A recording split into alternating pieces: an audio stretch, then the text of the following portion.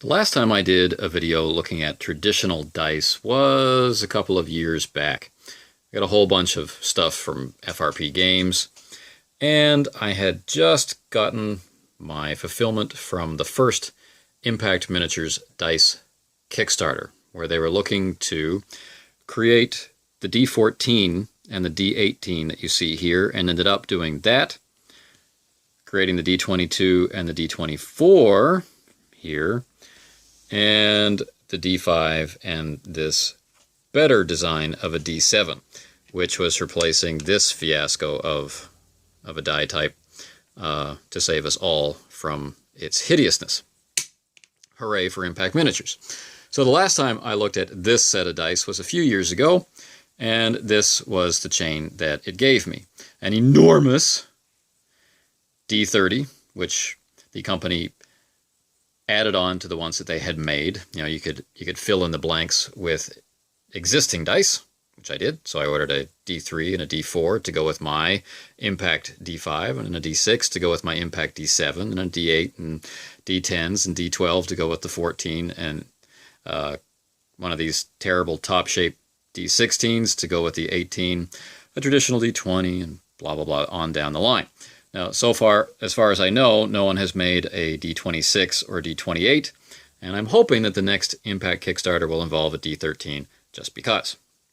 So, the new Impact Dice Kickstarter, this one focused on the Dungeon Crawl Classics game, has completed, and it's in fulfillment now. Dice are starting to appear in backers' hands. Well, I got mine last week.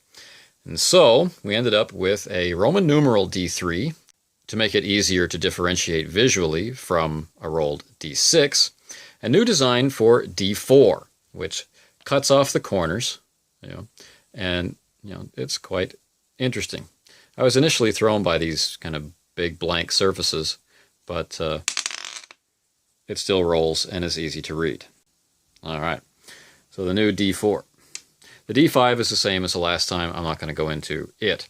The D6, the D7 is the same as the last time.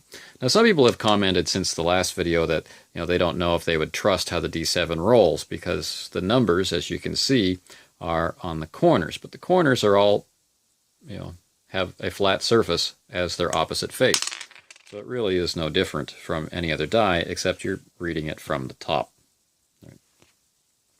What's nice about these is that they were all color matched and, let's say, font matched for the numerals all the way through. It's not a mix and match of some in-house dice with some purchased dice. So we've got the D3, D4, D5, D6, D7, D8, and now D9, which is newly created also for this Kickstarter. So the D9 is even more of an extreme shape like the D7, but it works the same way. And, here we got a 3 and a 4. And while it would be completely impossible for me to show you that it's random just by sitting here rolling it myself, you get the idea. It's nothing to get up in the night and be worried about how fair it is. 9, 10, 11. Same idea. Slightly larger, broader faces. The 11's out on an open face, meaning it's opposed by an edge. The 1 likewise. And it's got a good amount of roll to it. 6, you're going to want to roll it in, let's say, controlled circumstances, because mine just went off the table. But, that's nothing new. The D12, D14 we talked about the last time. The D16, now spherical, which I consider to be a vast improvement over these top shapes. 18, same as before. 20, nothing's ever going to change the iconic D20. 22, okay, same as before. 24, now in a new shape that matches with the rest. Also, quite likely to roll a good long way. Okay, 15. And then a reasonably sized D30. Just compare. Okay? This original D30 was immense. I'm really not sure why anybody made it that big. That's a reasonable size for a D30. And it matches them in weight, in color, in design, as I said. 6. So let's take a close-up look at those dice one more time before we end. We have the new design of the D4. So, where we traditionally had points, that part has been shaved off and rounded, and that's where the numbers are. Okay. So, it works exactly the same as the traditional D4, it's just where we find the number is different. But it still uses the same theory, at least for most versions of D4 that you might commonly come across. Top red, like this one. Right. Then we have the D5. So the D5 has its 5 on a large flat face, right, as the 1. And the 2, the 3, and the 4 are on edges. You may wonder, well, won't it always just land like this? But it really doesn't.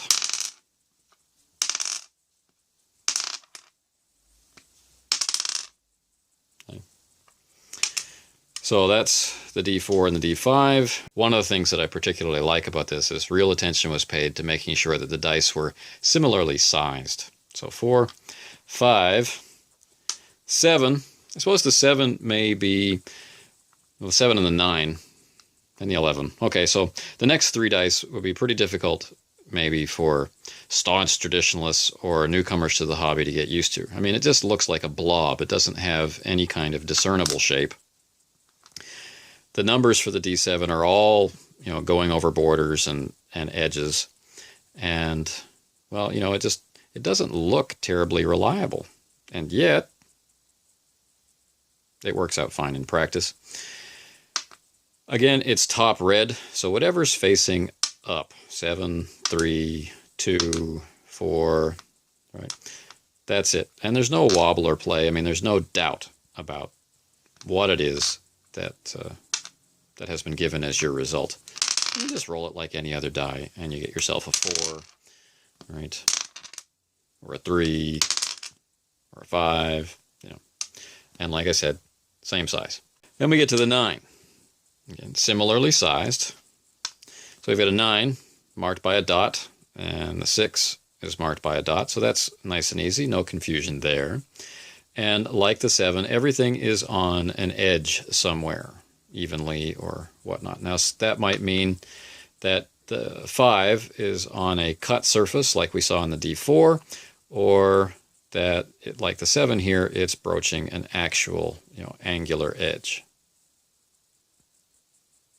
Okay, so they're in different places, but up is still up, no matter what happens. D11. Okay. So 11 and 1 are on opposite faces, right? And I don't think anything else is on a face, just the 11 and the 1 are on faces. Everything else is on, or on an edge of some kind.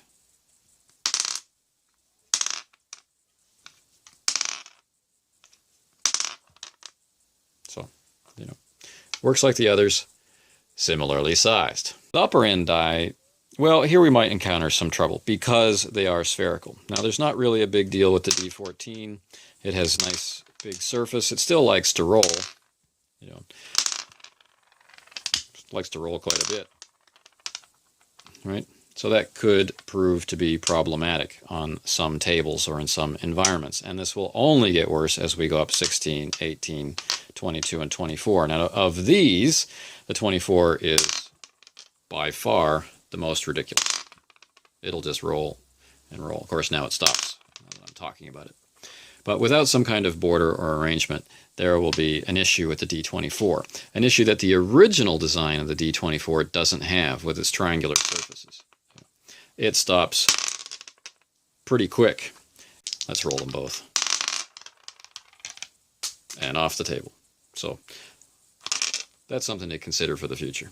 If you're at all interested in ordering these dice, many of them are available on the Impact Miniatures site. This video is just to show you what the quality is. They're a nice gloss. You can see the reflection. There are very few instances of mispainted numbers. And I'm finding that where there are, kind of blotchy paint examples in the numbers, they tend to be on the standard dice like the D12 and not on the new dice, but your mileage may vary on that. So the quest for new and funkier dice continues, bringing pleasure to all.